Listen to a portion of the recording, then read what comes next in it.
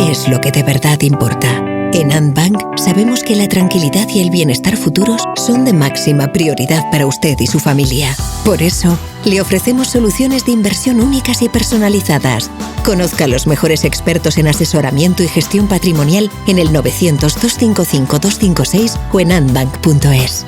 Ant Bank. Cuidamos su patrimonio, protegemos su futuro. Buenos días y bienvenidos a un programa más de Inversión con Nombre Propio. En el día de hoy hablaremos de un sector, el sector biotecnológico, donde tendremos el placer de contar con Asís Maestre de Bellevue, una gestora con una gran experiencia en la inversión en este sector y con unos grandes conocimientos acerca de este. ¿Qué tal, Asís? Buenos días, Juan. Pues nada, muchísimas gracias por la presentación. Encantado de estar otra vez aquí con vosotros. Gracias a vosotros por estar hoy aquí. Y bueno, Asís, me gustaría empezar hablando, ¿no?, y haciendo un repaso de cuál ha sido el comportamiento del sector biotecnológico tanto el año pasado 2022 como estos primera mitad del 2023. Pues Juan, si nos metemos en hacer un repaso de lo que ha hecho el sector biotecnológico, si empezamos por el año pasado, podemos decir, bueno, en primer lugar que la rentabilidad del sector salud en términos generales pues fue muy buena. Si nos vamos al sector biotecnológico en particular, pues también podemos decir que fue muy buena, sobre todo en términos relativos. ¿Y por qué digo esto? Porque obviamente el sector biotecnológico pues hizo un -5, nadie quiere tener un -5 de rentabilidad en el año, pero si lo comparamos con lo que hicieron otros mercados, otros índices, como el S&P 500 que se dejó un 18 o el Nasdaq que se dejó más de un 30%, pues por eso digo que en términos relativos podemos estar muy contentos. Si nos vamos a lo que está pasando en este año 2023, el sector biotecnológico pues está plano en el año y, sin embargo, vemos cómo esos dos índices que comentábamos antes pues están recuperando muy bien, ¿no? El S&P 500 pues llevará un 13-14% del año y el Nasdaq pues un 36% del año, que está pues muy bien, ¿no? No se puede decir otra cosa.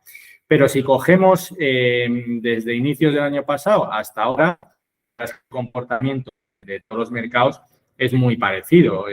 Lo que pasa es que, como hemos visto, una rentabilidad tan increíble estos dos índices este año, pues lo están haciendo mucho mejor, pero nada más lejos de la realidad, ¿no? Luego podríamos hablar, obviamente, que el comportamiento del S&P 500 pues viene fundamentalmente de 7 compañías, que son pues las que todos tenemos en mente: Microsoft, Google, Apple, Amazon, etcétera, ¿no? Si cogemos el resto de las 493 compañías que componen el S&P 500, la rentabilidad es de solo un 0,5%, ¿no? Y luego también, muy importante, y recalco muy importante, si nos focalizamos, por ejemplo, en Nasdaq, ha hecho un +36, ¿va a ser capaz de hacer otro +36 en lo que queda de año o seguir con este comportamiento tan espectacular? Pues igual es momento de buscar otras alternativas y el sector biotecnológico puede ser perfectamente una de ellas, ¿no? ¿Por qué no? Si nos vamos a la valoración, el Nasdaq podemos decir que está en máximos, y si cogemos el sector biotecnológico, aquí utilizamos un ratio que es el precio-ventas, no podemos coger el PER, que es con el que está familiarizado todo el mundo, porque, como sabemos, en el sector biotecnológico pues hay compañías que todavía no generan beneficios, ¿no? Están en esa fase temprana de desarrollo de medicamentos, ¿no? Pero si cogemos ese ratio precio-ventas, está debajo de 6, en concreto está a 5,85 actualmente. En el pasado solo hemos visto estas valoraciones tan bajas en 2 ocasiones, en el año 2012 y después de la gran crisis financiera del 2008-2009, y el comportamiento posterior fue muy bueno. Entonces, yo creo que a partir de ahora podemos esperar un repunte del sector biotecnológico, o, ¿por qué no?, podemos estar ante una gran oportunidad de mirar este sector en detalle, la verdad. Gracias, Asís. Como bien decías, ¿no?, el peso de las tecnológicas, sobre todo en el Standard & Poor's, está empujando el rendimiento de este año, aunque el resto pues sí que podemos decir que están ligeramente en positivo o planas. Y me gustaría pasar ya en la segunda pregunta y pensando un poco más a futuro, ¿no?, cómo aspectos como el entorno regulatorio, la evolución del número de ensayos clínicos, la innovación o el entorno macroeconómico, quizás son aspectos fundamentales a la hora de invertir en biotecnología. ¿Qué catalizadores encontráis actualmente en el mercado y qué riesgos puede enfrentar el sector para los próximos años? Gracias, Juan. Pues, hablamos de catalizadores y riesgos. Ahora los vemos más en detalle. Hablabas también en la pregunta de innovación y ensayos clínicos. Estas dos yo creo que están muy entrelazadas o podemos decir que van de la mano. Ahora contaremos. Has hablado también de la regulación y de la macro. Bueno, intentaré desarrollar todo un poco, ¿no? Si hablamos de catalizadores, el catalizador fundamental del sector biotecnológico no es otro que la innovación. O sea, sin innovación no hay catalizador que valga, ¿no? Entonces, ¿qué mejor forma de ver toda la innovación que está llegando al mercado que poniendo algunos ejemplos de la innovación que está llegando a través de las compañías? Por ejemplo, todo lo relacionado con el Alzheimer, un medicamento que acaba de salir y que es capaz de retrasar el avance de esta enfermedad, ¿no? Antes, la verdad, que no había ningún medicamento disponible y la verdad que la esperanza para la gente que sufría esta enfermedad pues era nula, ¿no? Con lo cual, también podemos decir que es tremendamente ilusionante este nuevo medicamento y además el mercado potencial, el número de personas que se pueden ver favorecidas son más de 30 millones, ¿no? Con lo cual, pues estamos invirtiendo al final también en un sector pues que nos trae, digamos, ilusión, ¿no? También. ¿Dónde más hay innovación? Digamos que donde siempre ha habido muchísima innovación en el sector biotecnológico es en todo relacionado con la oncología, ¿no? Pues como sabemos, una enfermedad tan terrible como es el cáncer, ¿no? Pues recientemente ha habido unos avances impresionantes en un tipo de cáncer, mieloma múltiple. Podemos decir que es un cáncer, por resumir mucho, un tipo de cáncer de sangre y se ha desarrollado una tecnología que se llama CAR-T, que lo que hace es te sacan esas células afectadas, las modifican genéticamente y te las introducen de nuevo en el organismo de tal forma que es tu propio cuerpo el que está luchando contra la enfermedad, ¿no? Por todo esto resumiendo mucho, ¿no? Y por destacar clínicos que se están observando, normalmente cuando hay una tasa de éxito del 80-90% es impresionante, pues la efectividad que se ha visto con este tratamiento es del 97%. Es increíble, es que no hay otro adjetivo, ¿no? La verdad, para definirlo. Y luego también, la verdad es que es muy interesante porque parece que se va a poder utilizar esta tecnología para otro tipos de cánceres líquidos, ¿no? De tumores líquidos, ¿no? Con lo cual también hay mucha esperanza en este área, ¿no?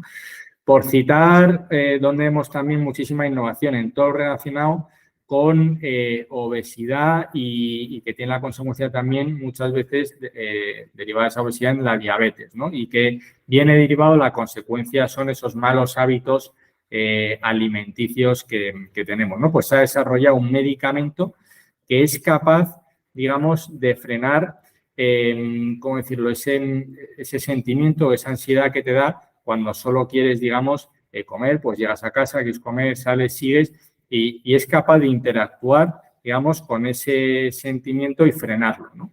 Digamos, a día de hoy, el número de personas afectadas por obesidad o sobrepeso es de un 20% de la población mundial. Esto lleva a números, son casi 2.000 millones de personas. El mercado potencial es brutal, ¿no? Luego ya imaginemos si somos capaces de trasladar este medicamento a otras áreas como el alcohol, ¿no? Pues imaginemos el mercado que hay potencial para todo esto, ¿no? Con lo cual, innovación, toda la innovación que está llegando es espectacular y es constante. Eso es lo que nos hace ser optimistas de cara al sector. Si hablamos de riesgo, pues hablamos de innovación y ensayos clínicos. ¿Cuál es un riesgo? Pues obviamente que esos ensayos clínicos se retrasen en el tiempo, se demoren, digamos que eso al final acaba pesando en el sentimiento inversor, ¿no? Pero bueno, es una cuestión, yo creo, más temporal que otra cosa y que la innovación en este sector es constante y cada vez que va pasando el tiempo es mayor, ¿no? Con lo cual, no deberíamos de tener miedo a esos posibles riesgos o retraso en determinados ensayos clínicos. Luego hablábamos también un posible, a lo mejor, riesgo. Obviamente, en este sector se habla mucho de todo lo que tiene que ver con la regulación, ¿no? Además, entramos el año que viene en periodo electoral en Estados Unidos y obviamente el sector salud pues está en boca de todos. Al final es un sector que pesa casi un 20% del Producto Interior Bruto de Estados Unidos y obviamente los políticos tienen que demostrar que les importa este sector, como no puede ser de otra forma, y siempre se habla de poner un límite a determinados precios en algunos medicamentos. Pero no podemos olvidar que la solución a esos precios elevados es más innovación que viene sobre todo de compañías biotecnológicas. Normalmente, cuando hablamos de poner un límite a los precios de medicamentos, quienes se ven afectadas sobre todo son las grandes compañías farmacéuticas que al final están obteniendo beneficios de 20 millones al año, ¿no? Que es una auténtica pasada. Estamos hablando de ese tipo de medicamentos y no de toda la innovación que viene de todas esas pequeñas compañías. Al final, el mercado norteamericano es súper pro a la innovación y es muy poco probable que penalice a esas pequeñas compañías biotecnológicas, ¿no? Y luego también citabas el entorno macro. Yo creo que esto también es importante mencionarlo, pero hay que diferenciar el miedo a una recesión. Yo creo que aquí el sector biotecnológico lo capearía muchísimo mejor, ya que es un sector que no depende del ciclo económico, de cómo evoluciona la economía, de esa subida de tipos de interés, que sí que es cierto que esos tipos de interés altos le ha pasado factura sobre todo a las pequeñas y medianas compañías del sector. Pero también es cierto, y es muy importante resaltar, que estamos al final de ese movimiento de subidas de tipos de interés, sobre todo en Estados Unidos, y que esto ya da mucha más visibilidad. De hecho, hemos visto un punto de inflexión desde marzo de este año y vemos cómo dentro de lo que es la generalidad del sector salud, las pequeñas y medianas compañías biotecnológicas son las que mejor lo están haciendo desde entonces, ¿no? Con lo cual, esto también nos hace ser optimistas con el sector biotecnológico de cara a los próximos meses.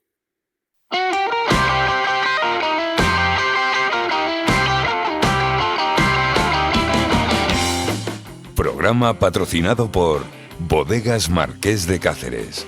De la cepa a la copa.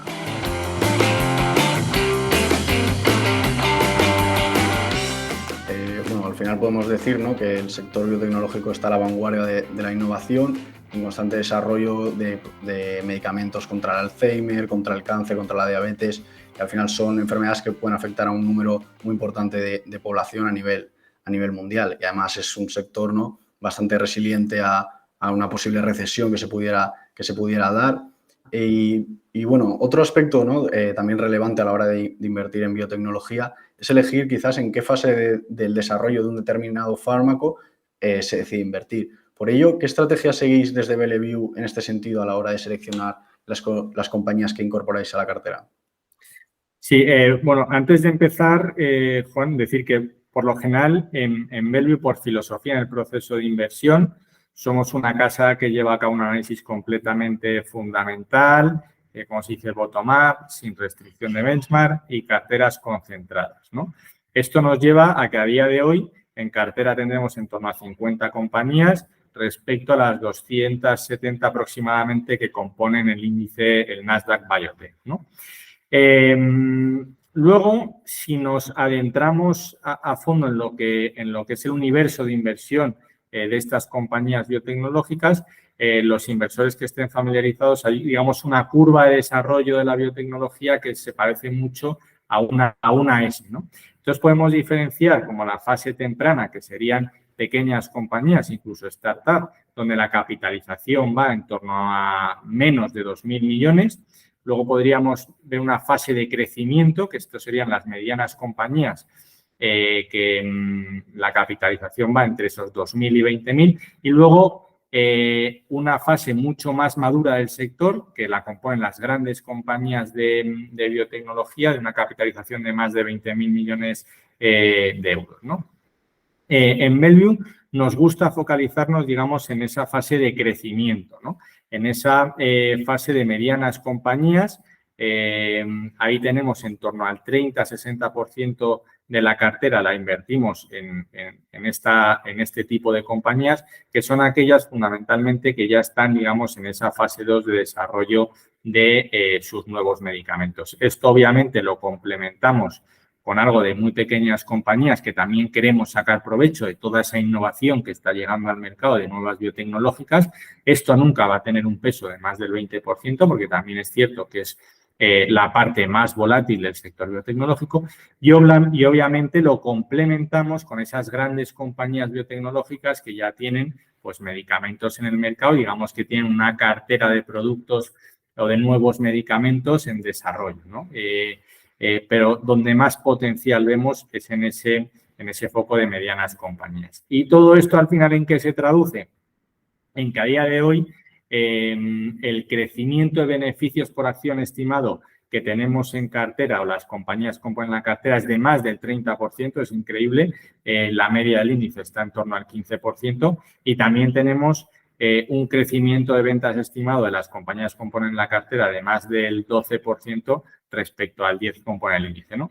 En definitiva, nos focalizamos en ese segmento de mediana compañía que lo complementamos con pequeñas y grandes, lo que nos da unas valoraciones muy, muy atractivas. Gracias, Asís. Pues bien, por último, sí que te quería preguntar qué podría aportar a la cartera de un inversor la exposición a este tipo de compañías y qué expectativas tenéis para el sector en el medio y largo plazo. Gracias, Juan. Pues si hablamos de expectativas, yo te diría que el punto de partida ahora es muy bueno y que las expectativas en definitiva son magníficas. Obviamente voy a intentar desarrollar por qué pensamos que son magníficas, ¿no? En primer lugar, por los fundamentales del sector del sector salud a largo plazo que siguen intactos, que muchas veces hemos comentado en otros programas, ¿no? Pues el envejecimiento poblacional, el desarrollo de las clases medias en países emergentes, todo eso sigue ahí y va a seguir ahí durante las próximas décadas y es lo que nos hace ser tan optimistas cuando hablamos del sector salud a largo plazo. Luego, obviamente, esto hay que ponerlo en relación con toda la innovación que está llegando al mercado, que como decíamos antes es el catalizador fundamental de esta temática de la biotecnología y que con los ejemplos que hemos visto es tremendamente impresionante.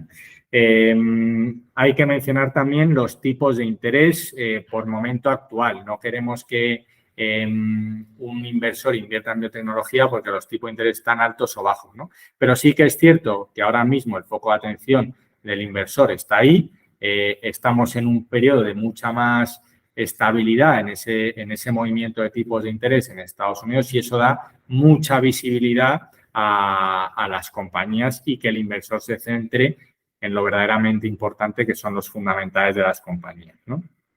Obviamente, lo comentábamos también al principio, yo creo que la valoración, estamos en un momento en el que la valoración de las compañías o del sector podemos calificarlo de auténtico chollo, como decíamos al principio, ¿no? Yo estoy mucho más tranquilo cuando vienen inversores, inviertan a los niveles actuales que cuando vienen de una subida espectacular y las valoraciones están más ajustadas, ¿no?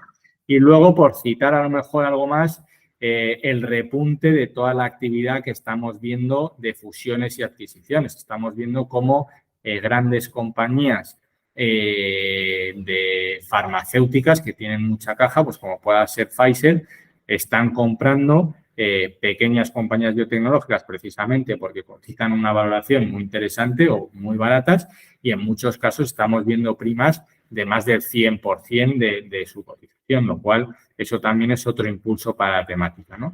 Por todo ello, yo creo que las expectativas en el medio plazo pues te diría que son muy, muy interesantes. Y luego, en cuanto a qué puede aportar el sector biotecnológico a una cartera, yo creo que el más importante es esa diversificación, ya que,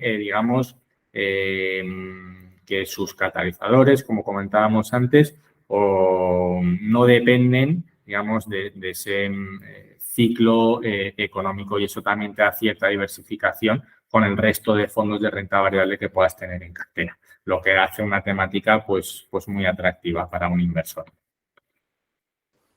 Gracias, Asís. Por último, agradecerte tu presencia hoy aquí por aportar luz sobre un sector muy interesante que cuenta con vientos de cola, como bien has comentado en la entrevista de hoy, y además, bueno, actualmente con un entorno macro que le puede favorecer. Así que simplemente agradecerte, Asís, y espero que volváis pronto. Muchas gracias, Juan. Como siempre, encantado de estar aquí con vosotros. Ojalá nos veamos pronto. Igualmente, un saludo.